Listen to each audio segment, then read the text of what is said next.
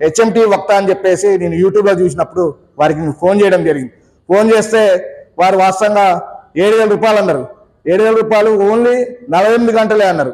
48 గంటలు అన్నారు. తర్వాత వారితో మాట్లాడినప్పుడు వారు ఏమన్నారంటే ముందు ఒక 3,000 పే చేయండి, 48 గంటలు మీరే ఇక్కడ హైదరాబాద్లో రూమ్ తీసుకొని ఉండాలి అది అన్నారు.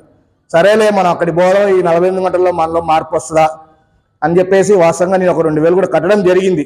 నేను అపాయింట్మెంట్ కూడా తీసుకున్నా. కానీ నాకు అనిపించింది తర్వాత కట్టిన తర్వాత ఈ 48 గంటలలో మనం రోజు ప్రోగ్రాంలు పోతూనే ఉన్నాం, అక్కడిక్కడ మాట్లాడుతూనే ఉన్నాం. మనం మాట్లాడింది కొత్తగా మనలో ఎట్లా వస్తుంది మార్పు అనేది నాకు అనిపించింది. ఇది కాని పనిలే అని చెప్పేసి హెచ్ఎంటీ వక్త వారికి ఫోన్ చేసి, సార్ నా డబ్బులు నాకు ఇట్లా రిటర్న్ చేయండి, నేను రాలేకపోతున్నా, నాకు కొన్ని అనివార్య కారణాల వల్ల నాకు కొన్ని వేరే ఉన్నది అని చెప్పినప్పుడు వారు అట్లా డబ్బులు ఇవ్వడం జరగదండి అని చెప్పారు. సరే పోతే పోనీ 2,000 కదా, దాంతో 2,000తో వచ్చేది ఏముందని.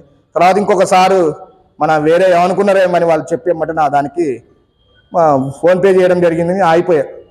ఇక నేను ఒకటే ఉండేది నాకు, ఇక మనసులో ఒకటే రోదన పడేది.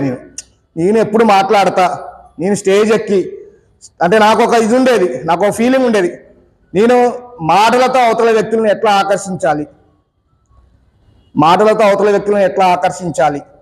నేను ఎప్పుడు వాళ్ళతో కరతాల ధ్వనులు నేను కొట్టించుకోవాలి, నేను చెప్పే మాటలు వాళ్ళకి ఎట్లా ఇది కావాలి, నాలో నేను